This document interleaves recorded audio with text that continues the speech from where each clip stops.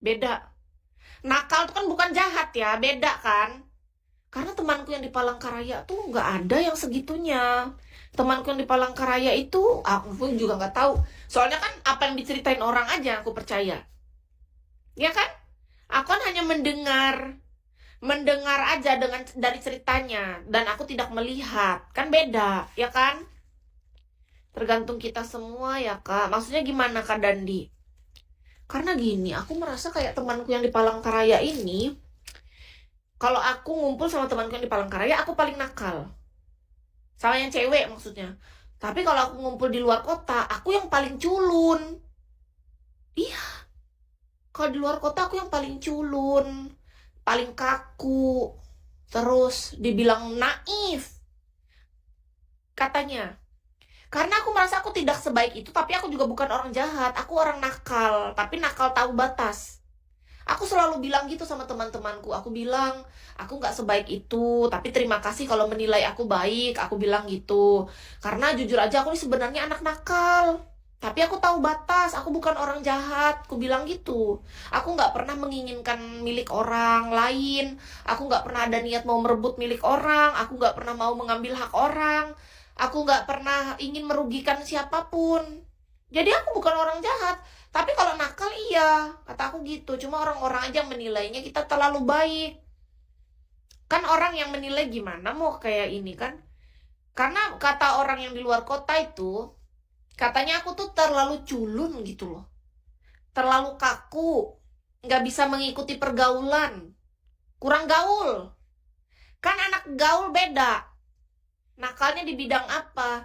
Ya nakal aja kayak nakal anak pada umumnya. Misalnya aku disuruh bapakku pulang jam 9 malam, aku bisa kadang pulang jam 10 gitu, lewat-lewat lah.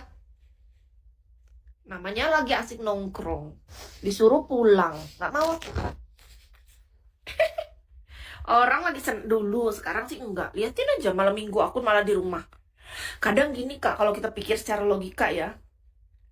Dulu aku ketika dilarang pergi dari rumah, aku selalu melawan, pengen pergi. Tapi sekarang, giliran aku sendiri kayak gini, aku malah di rumah, nggak ada yang suruh padahal. Nah ternyata aku tuh karakternya, aku nggak suka diperintah, diatur, nggak suka disuruh-suruh. Aku pengen ngatur diriku sendiri aja. Aku mau, kalau mau keluar ya aku mau keluar, kalau mau aku di rumah ya di rumah. Dulu tuh ternyata yang bikin aku muak banget tuh gara-gara diatur ternyata. Diatur harus gini, harus gitu, kayak robot rasanya. Karena kayak siang harus tidur siang, malam harus pulang jam segini, kayak aturan yang kayak gitu tuh aku tuh ternyata nggak suka sesuatu yang terlalu digituin gitu loh. Karena aku pengennya aku pengen punya kendali dalam hidupku sendiri gitu. Aku pengen mengendalikan diriku sendiri gitu. Berarti kita nggak bisa diatur. Iya, ternyata aku sekarang loh faktanya Kak. 7 tahun nih Kak aku sendiri, mana ada juga aku keliaran, biasa aja. Lebih banyak menghabiskan kesendirian aku. Nggak segitunya. Pas ku ingat-ingat dulu, berarti tuh kesalahannya tuh bukan masalah apa juga. Ternyata aku jadi tahu karakter aku. Aku tuh ternyata semakin diatur, semakin ngelawan. Nggak bisa aku. Jangan punya cita-cita untuk membuat aku nurut.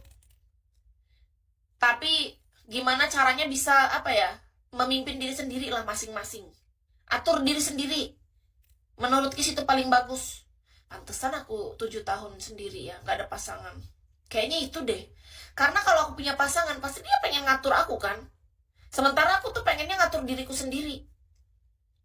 Apalagi punya pasangan, dia ngatur kita, terus dia nggak ngatur diri dia.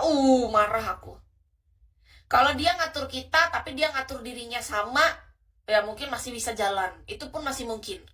Tapi bayangkan punya pasangan, dia ngatur kita, tapi dia nggak bisa ngatur dirinya sendiri. Aturan itu cuma berlaku untuk kita. Ih, ngeri, cuk.